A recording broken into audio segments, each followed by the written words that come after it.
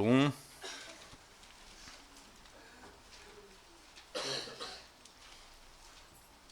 Verso 9,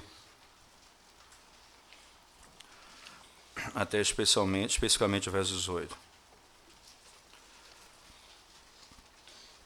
Nesse mesmo tempo, eu vos disse, eu sozinho não poderei levar-vos. O Senhor vosso Deus vos tem multiplicado, e eis que já hoje sois multidão como as estrelas dos céus. O Senhor Deus de vossos pais vos faça 1000 vezes mais numerosos do que sois, e vos abençoe, como vos prometeu. Como suportaria eu sozinho o vosso peso, a vossa carga e a vossa contenda?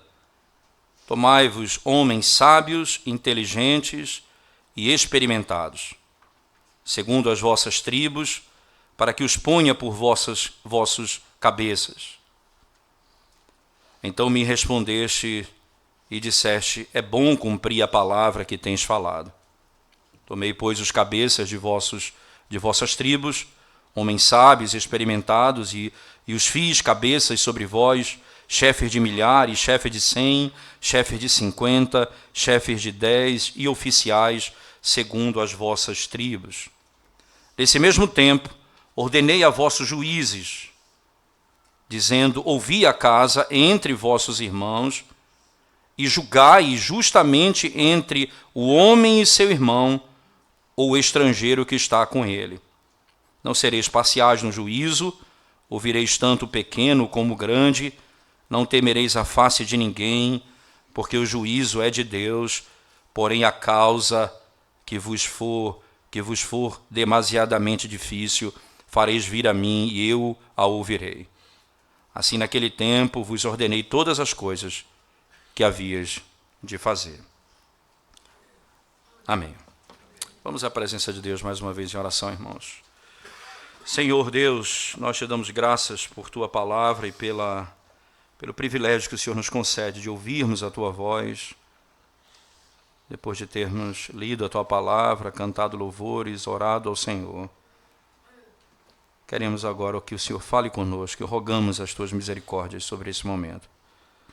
Rogamos que o Senhor se apiede de nós e poderosamente fale ao nosso coração.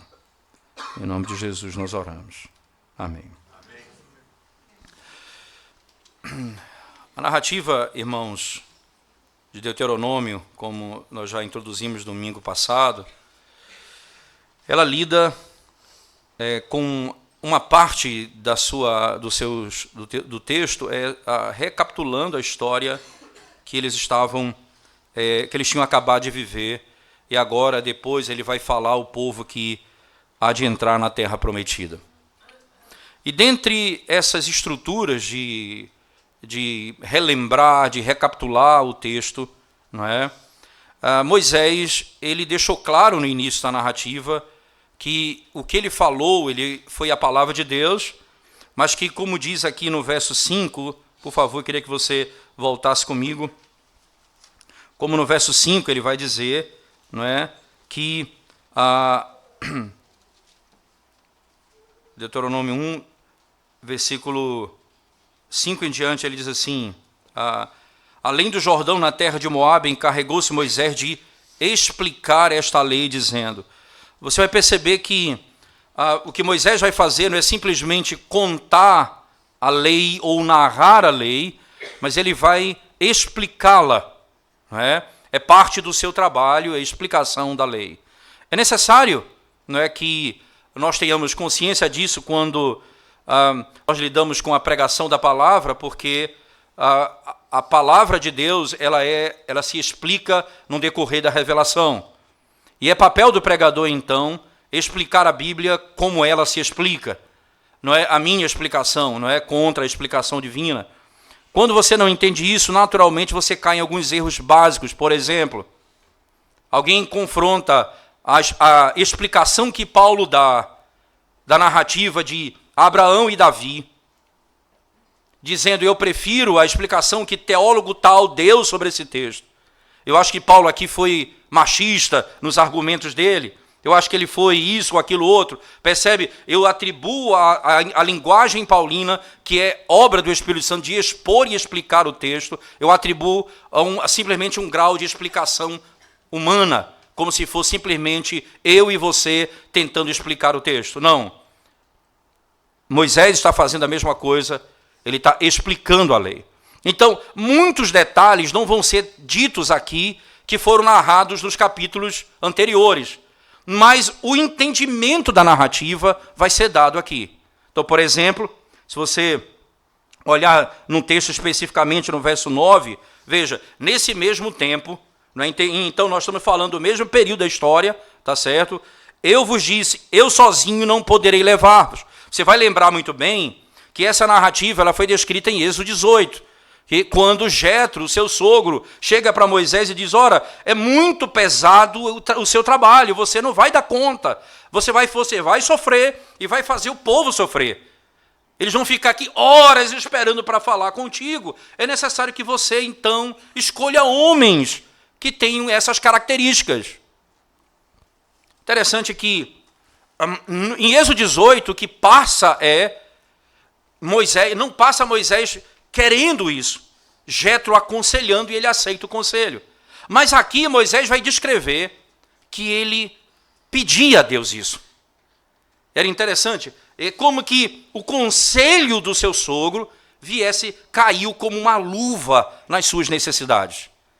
E veja que o texto diz, nesse mesmo tempo eu vos disse, eu sozinho não poderei levar-vos. Eu sozinho não poderei levar-vos.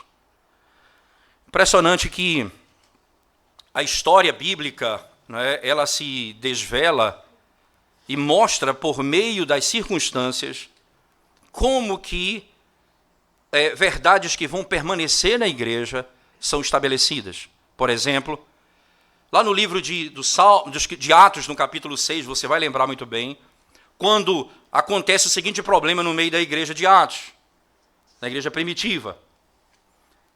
Eles estavam servindo à mesa e as mulheres dos gregos, né, dos judeus de fala grega, elas estavam sendo preteridas, as viúvas deles estavam sendo preteridas às viúvas que eram de Israel. Então, ele chega a reclamação para os apóstolos, que já ajudavam no serviço, mas a igreja estava crescendo, o número dos salvos estava sendo adicionado, então o problema foi surgindo. E o que foi exatamente o que aconteceu? Os apóstolos disseram, nós não deixaremos de cuidar da pregação e da oração para servir a mesa. Nós escolham homens, e é interessante isso, mesmo princípio que Moisés já usar, escolham homens cheios do Espírito Santo e de sabedoria, para que eles possam servir a mesa. E ali, naquele contexto, foi instituído o ofício do diácono.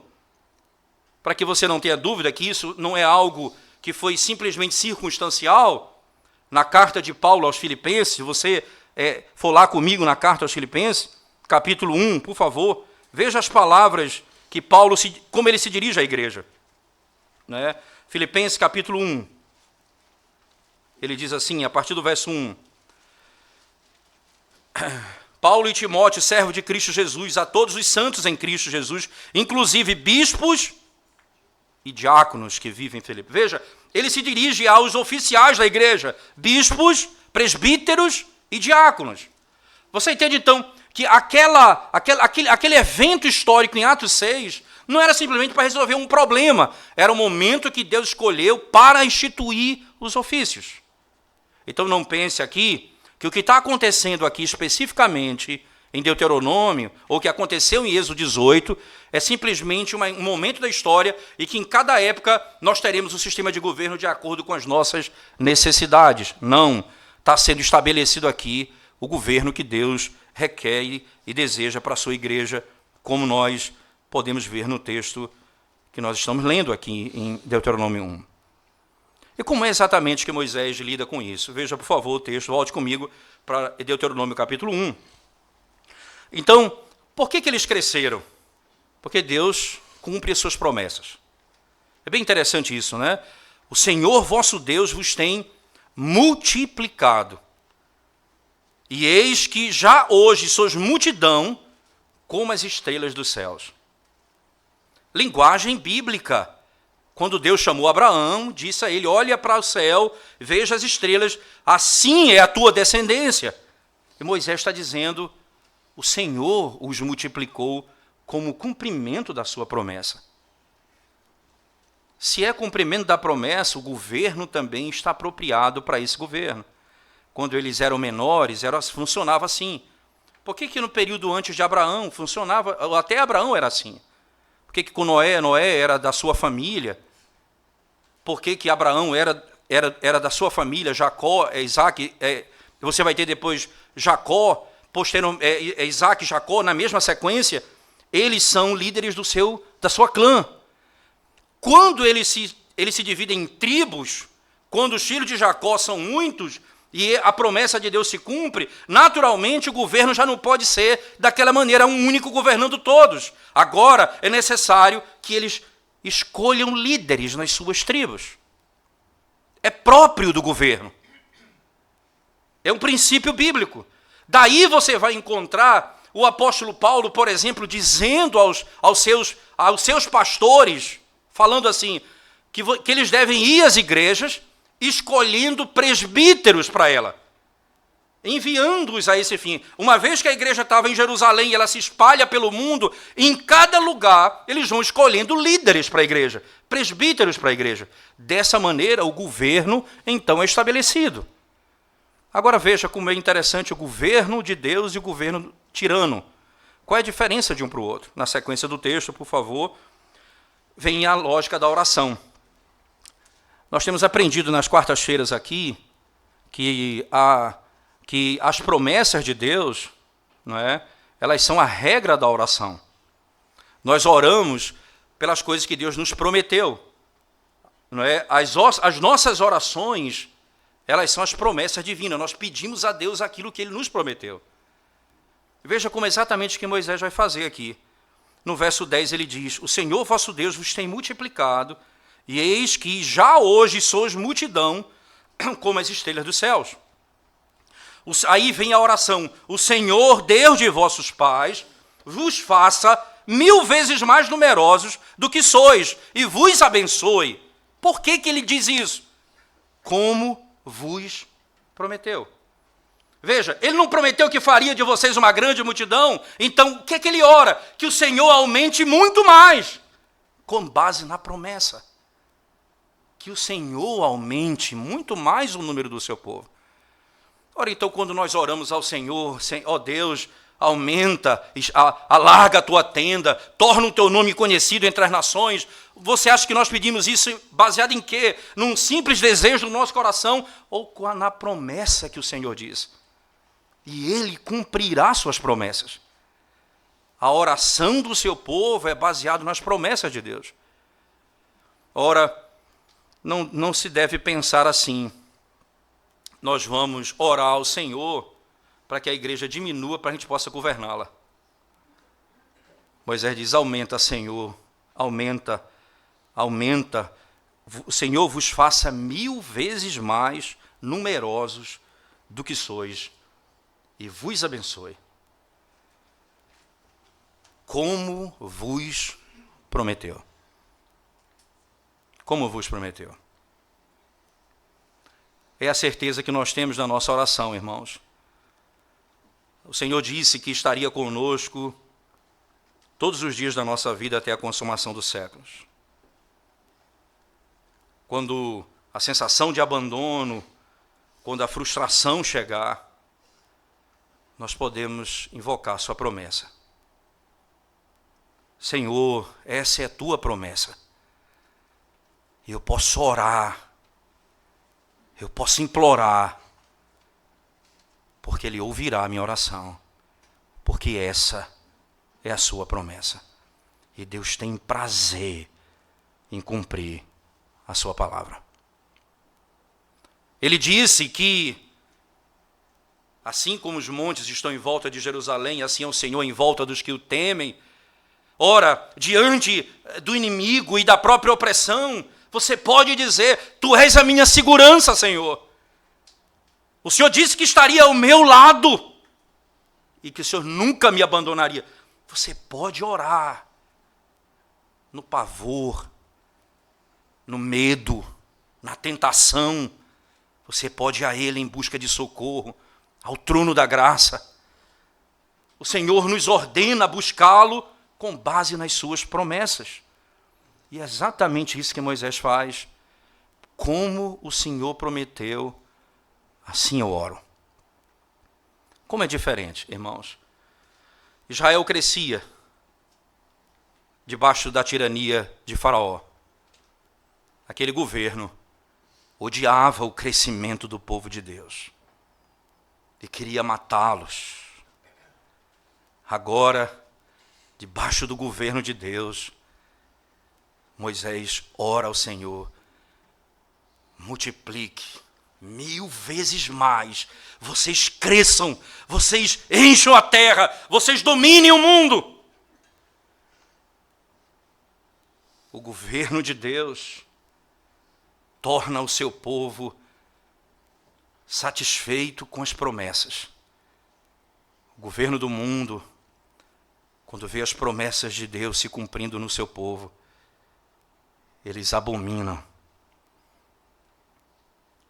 Esses homens, esses pensamentos, essas doutrinas, essas teologias, invadindo a sociedade, querendo invadir o governo, querendo invadir uma nova perspectiva de mundo. Isso é absurdo. Eles vão tirar o nosso poder, eles vão tirar a nossa honra. Mas para o governo de Deus, essa é o cumprimento da sua promessa. Moisés ora para que Israel cresça. Faraó queria matar, porque Israel crescia.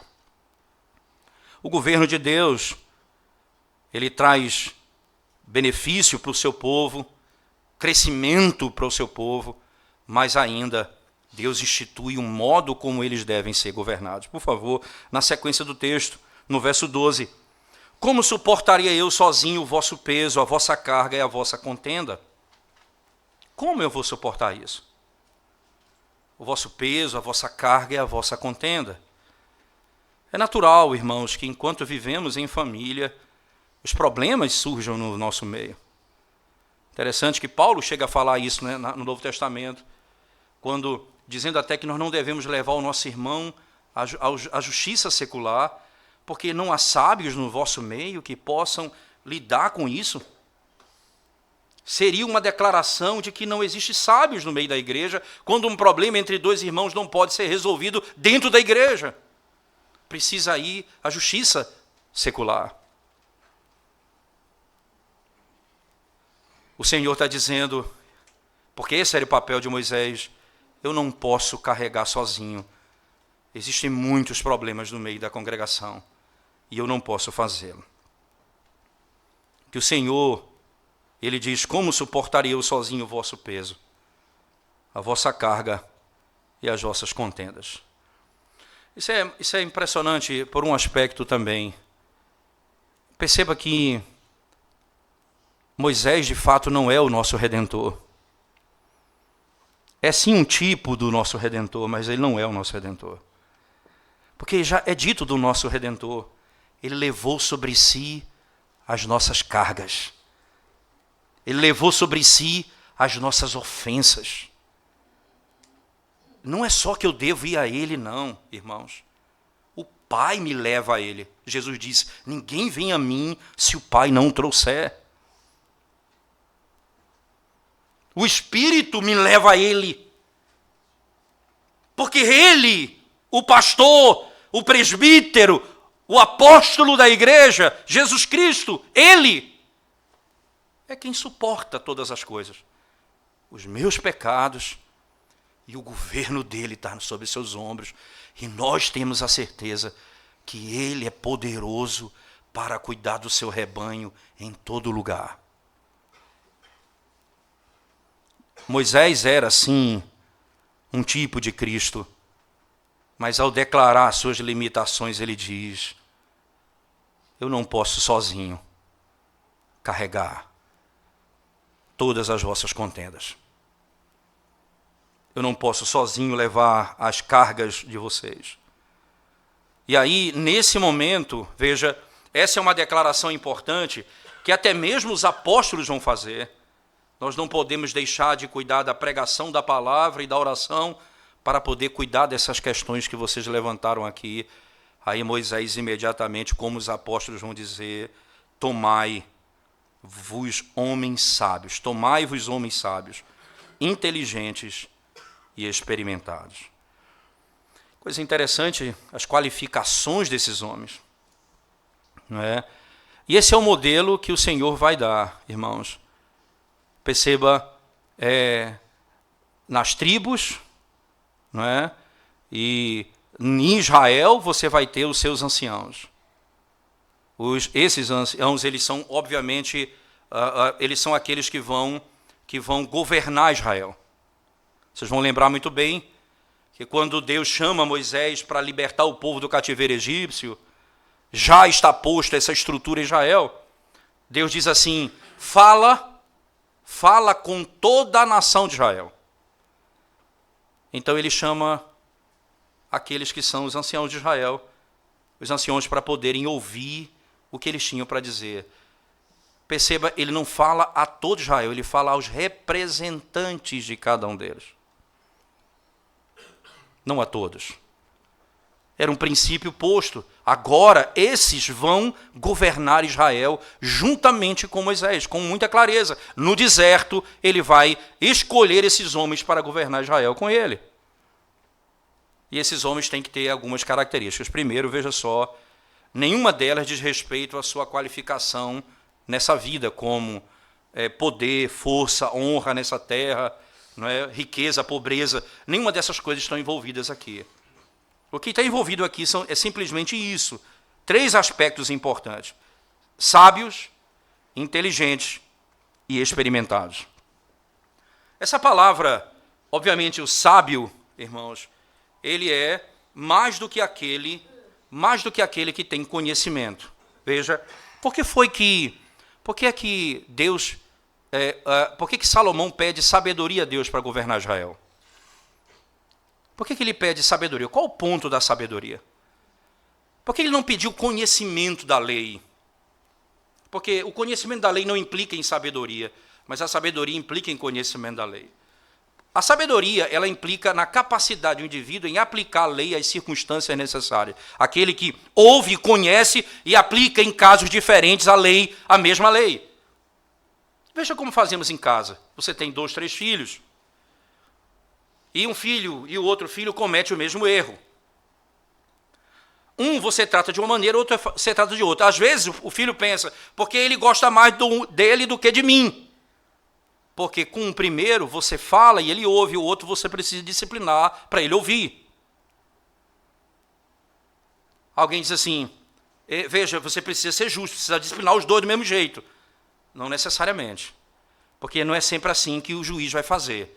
Você precisa entender que na própria prática da vida, vai ter uma pena, os 2 vão ser disciplinados, mas nem todos vão receber a mesma pena. Porque isso depende exatamente do coração. Porque se só fosse a lei, irmãos, não precisava de pai, não precisava de presbítero, nem de juiz. Era só aplicar a lei secamente. Para que a lei? Para que os líderes? Para que o governo? Não é exatamente para ter sabedoria para aplicar a lei no momento certo? Esses homens, eles são conhecedores, mas são sábios. Não é aquele indivíduo que toda coisa que ele vê, ele reclama. Tudo que está errado, ele reclama. Ele mete o dedo. Diz, eita, lá vem fulano, rapaz, que caba chato. Onde ele chega, veja, ninguém nem dá mais ouvido para o que ele tem para falar. Porque não tem sabedoria. No tempo certo, na hora certa, falar. Ele fala toda hora, reclama toda hora. É óbvio que como a líder, você precisa ter essa condição, a sabedoria. Tem um momento que você vai falar, tem um momento que você vai ficar calado.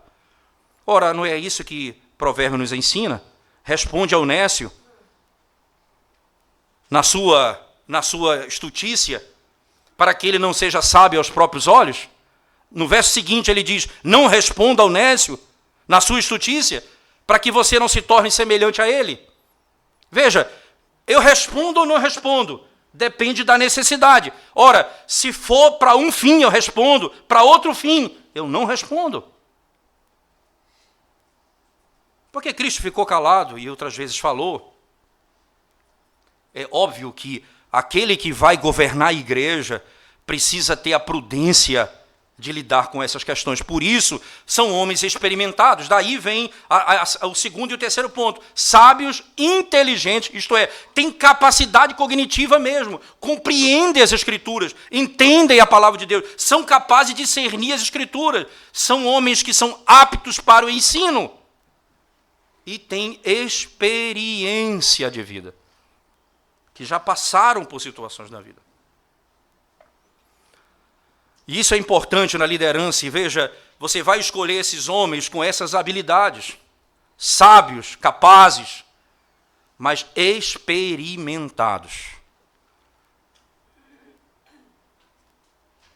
Homens que já passaram por situações na vida e que podem contribuir muito na causa do Senhor.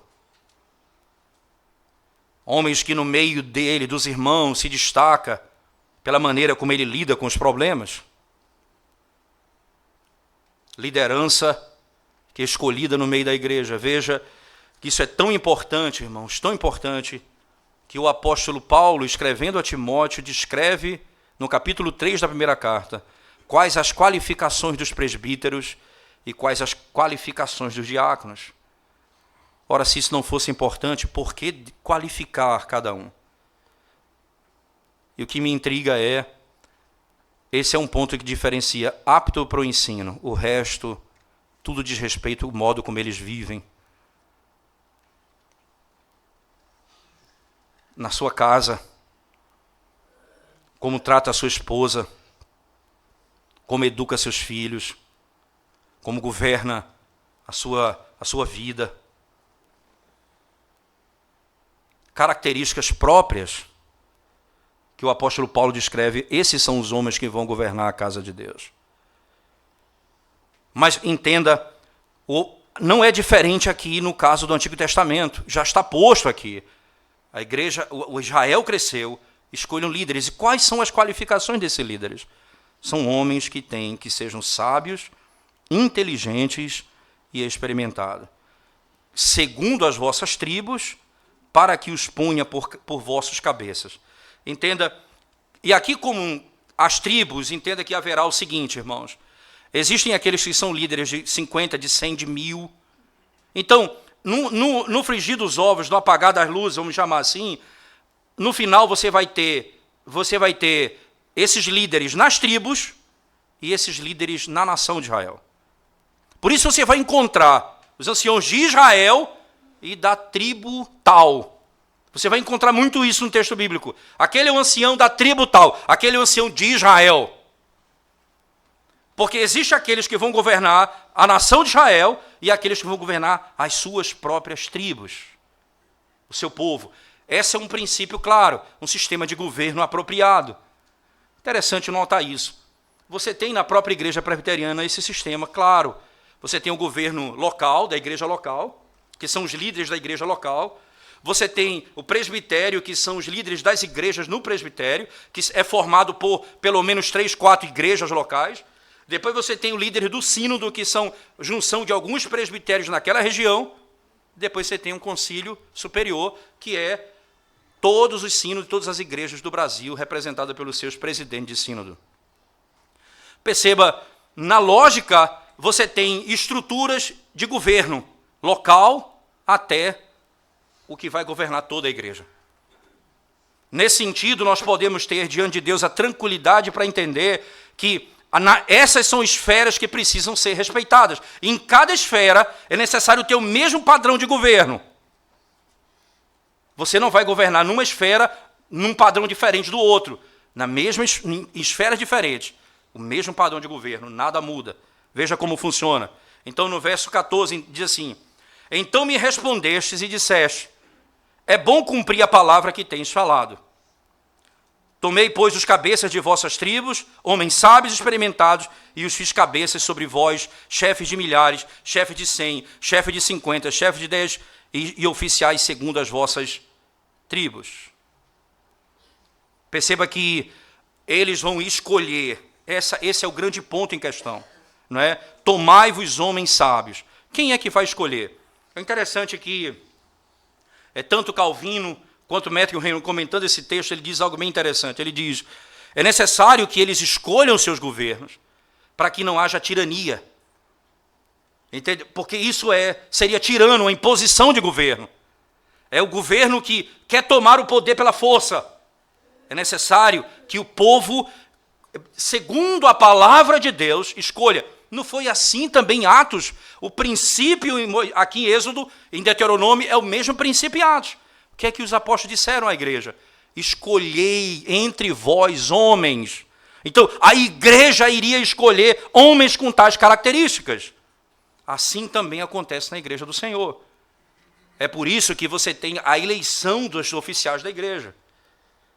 E como é que se deve eleger os seus líderes?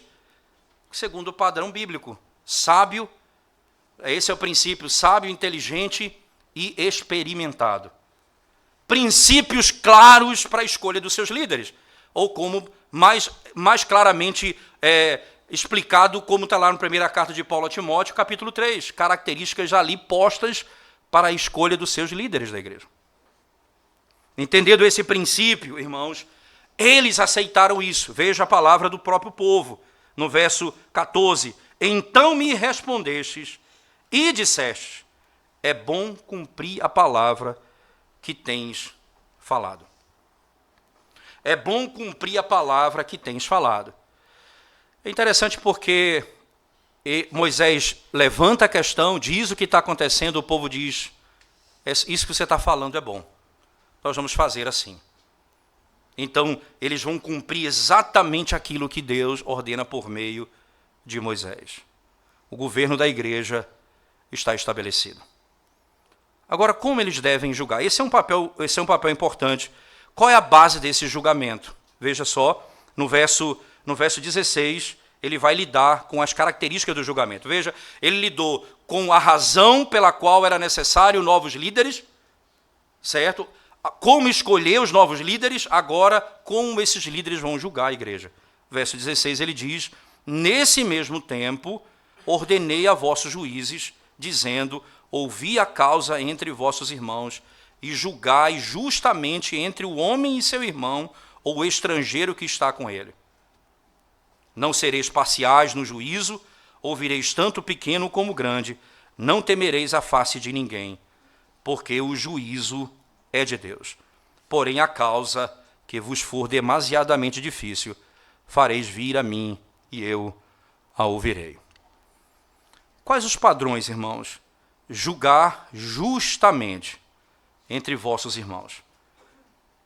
Daí a razão pela qual eles precisam conhecer a lei, precisam ser sábios e precisam ser experimentados.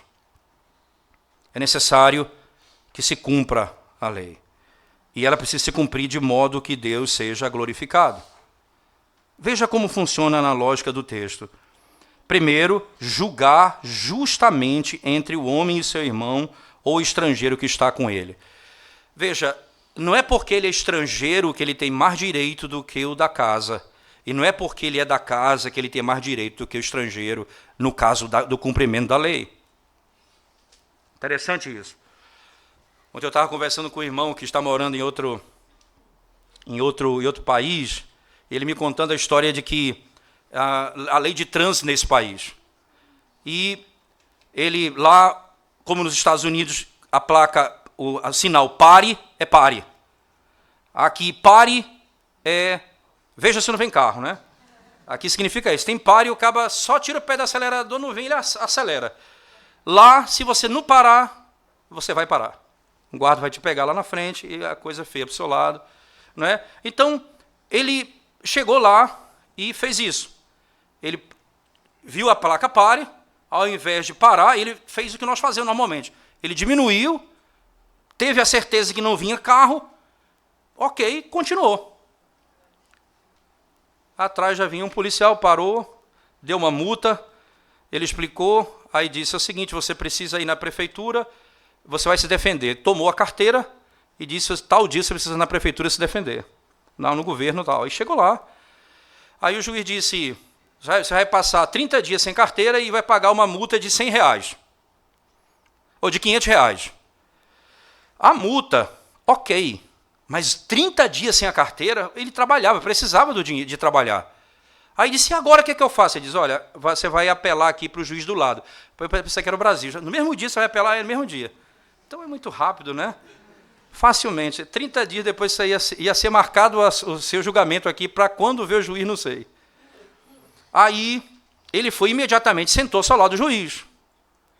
O juiz disse, ele tentou explicar, ele assumiu a culpa como cristão, disse, olha, eu errei, eu de fato, não tentou explicar muita coisa, disse, eu errei, eu não tinha tanto conhecimento dessas coisas aqui. Ela disse, se eu faço isso com as pessoas do meu país, eu não vou fazer diferente com a pessoa de fora. Você não vai. A lei para você não é menos rígida do que para as pessoas daqui. Então, porque você está aqui, você tinha a obrigação de conhecer a lei. Então, a penalidade é a mesma para você que é estrangeiro e para alguém que é do meu país. Eu não ia abrir mão para ninguém. O que eu vou fazer para você é, você vai pagar a multa, diminuir o valor um pouco, e deu apenas 5 dias sem carteira.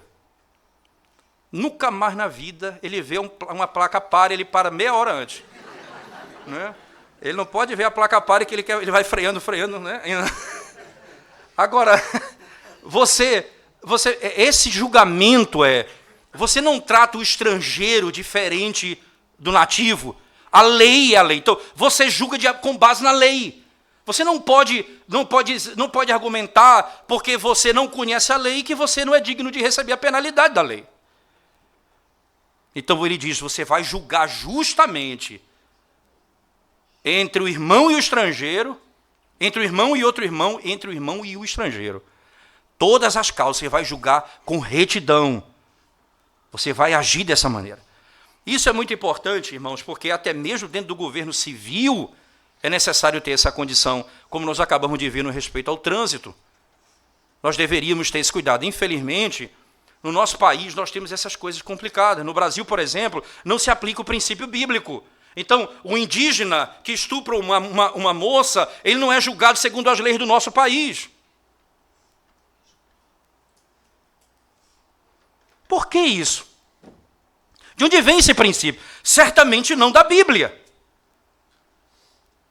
Os homens, se sentindo mais sábios do que Deus, tratam as pessoas diferentes, quando na realidade elas deveriam cumprir a lei como Deus ordena. Isso é um erro gravíssimo que nós temos na nossa nação, e não deveria ocorrer no meio da igreja.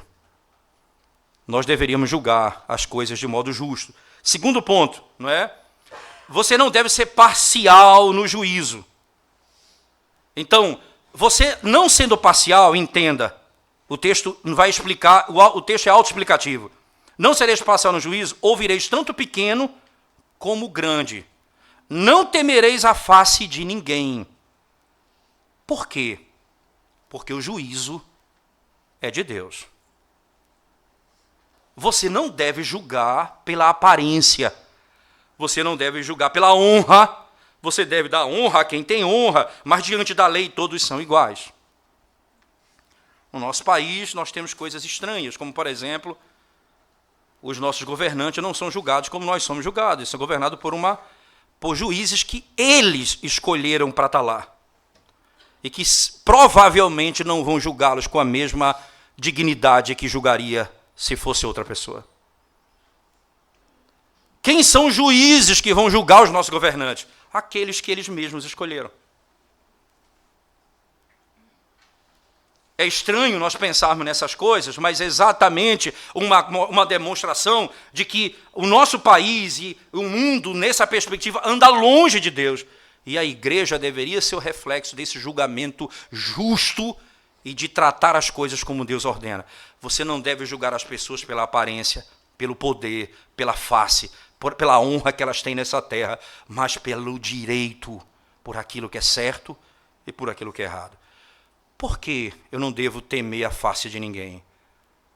Porque um dia, diz o apóstolo Paulo a Timóteo, conjuro-te perante Deus, que há de julgar vivos e mortos. Pronto, aí ele começa a dizer o que Timóteo tem de fazer. Com essa introdução, já fique certo.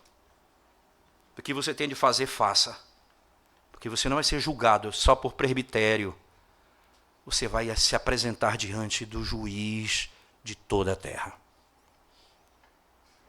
Nós devemos julgar as coisas sabendo que no papel que nos foi dado e no lugar e onde nós estamos como líderes da igreja que vão julgar os irmãos e as questões da igreja, nós precisamos fazê-la com esse temor. Nós vamos nos apresentar diante do juiz e na presença dele, ele conhece aquilo que nós não conhecemos. Ele disse ao profeta que foi escolher o rei de Israel, quando viu o irmão, o filho de Jessé, o mais bonito de aparência, disse: esse homem forte é o rei de Israel. O Senhor disse: não diga que ele é o rei de Israel, porque eu o rejeitei.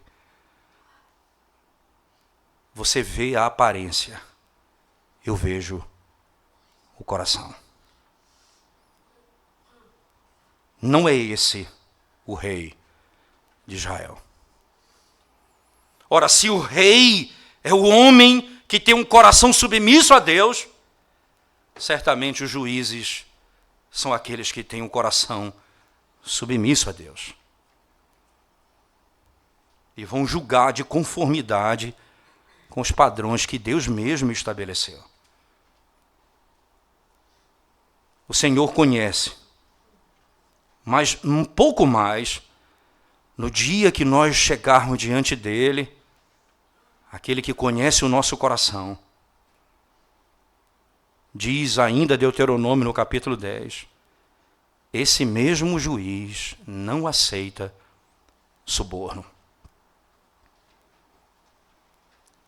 Ele não aceita suborno. Propina. A verdade vai estar diante de vocês. E como nós devemos julgar? Julgar com esse olhar no tribunal de Deus. Porque diz o texto, porque o juízo é de Deus. Mas se a causa for demasiadamente difícil, você leva para uma instância superior. É assim que funciona.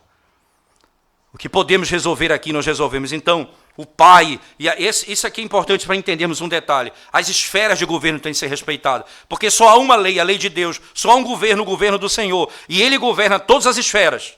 Não existe uma esfera que cuida de todas as esferas. Só Deus governa todas as esferas.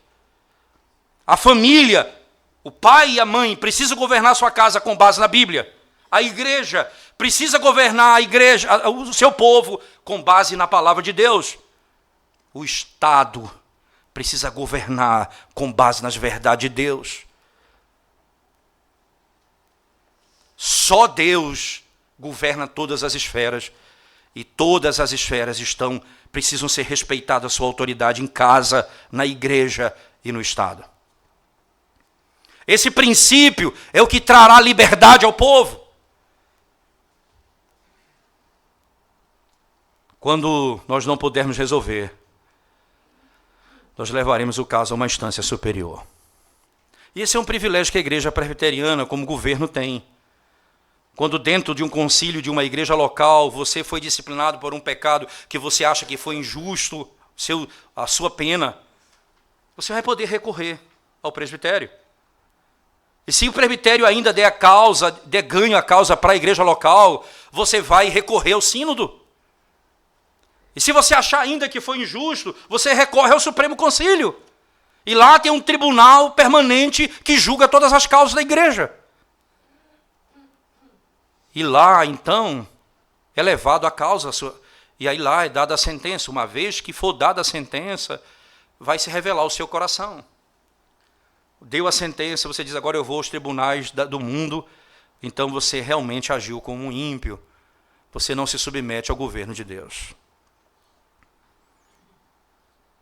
Nessa hora, irmãos, nesse momento, nós temos a certeza de que Moisés, através do livro de Deuteronômio, nos ensina algo tão importante. Israel está para entrar na terra prometida. Eles estão do lado do Rio Jordão. A primeira parte da narrativa fala da lei e da explicação da lei e do pacto. A segunda parte, do governo. Veja a importância que o governo da igreja é dado. Como é importante o governo de uma igreja. A ponto de, em Deuteronômio, a segunda parte da narrativa ser dedicada ao sistema de governo que vai governar Israel. Jesus Cristo é o cabeça da igreja. Ele é o criador da igreja. E ele é o governador da igreja. Ele é quem estabelece leis para que a igreja seja governada. E é por isso que a igreja precisa se submeter à sua vontade. Se fizermos assim, a igreja andará em paz. Se você, por exemplo, se você deseja orar pelo crescimento da igreja como cumprimento da promessa divina, ore. Mas se o governo da igreja não for bíblico, nós estamos trabalhando contra isso mesmo, orando por isso. Deixa eu explicar a razão por quê. Lá em Atos, no capítulo 6, venha comigo no texto, por favor. Atos, capítulo 6.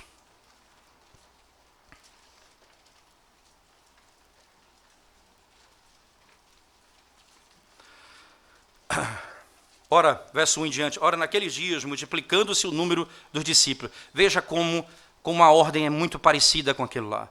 Por causa do crescimento deles.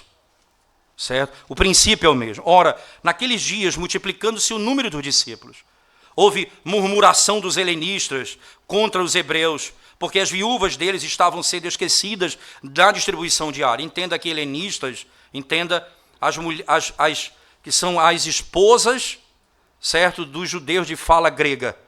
Certo? Então, são judeus de fala grega. As helenistas estão sendo desprezadas aqui. Então os 12 convocaram a comunidade dos discípulos e disseram: não é razoável que nós abandonemos a palavra de Deus para servir às mesas. Mas, irmãos, escolhei dentre vós 7 homens de boa reputação, cheios do Espírito e de sabedoria, aos quais encarregaremos desse serviço.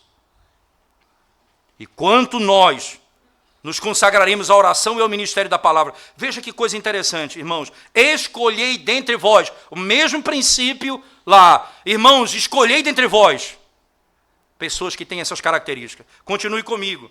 O parecer agradou a toda a comunidade. A mesma coisa que aconteceu lá. Eles disseram: é boa a tua palavra. Nós queremos fazer isso que o Senhor mandou. É boa a tua palavra. Aí veja a sequência. E elegeram Estevão, homem cheio de fé e do Espírito Santo, Filipe, Prócoro, Nicanor, Timão, Pármenas e Nicolau, prosélito de Antioquia. Apresentaram-nos perante os apóstolos, e estes, orando, lhes impuseram as mãos. Aí veja o que acontecia como resultado, irmãos. Crescia a palavra de Deus, e em Jerusalém se multiplicava o número dos discípulos. Também muitíssimos sacerdotes obedeciam à fé. O resultado é: se nós oramos e Deus nos deu crescimento, Ele cumpre a sua promessa. O sistema de governo agora vai ser fundamental para que isso aconteça.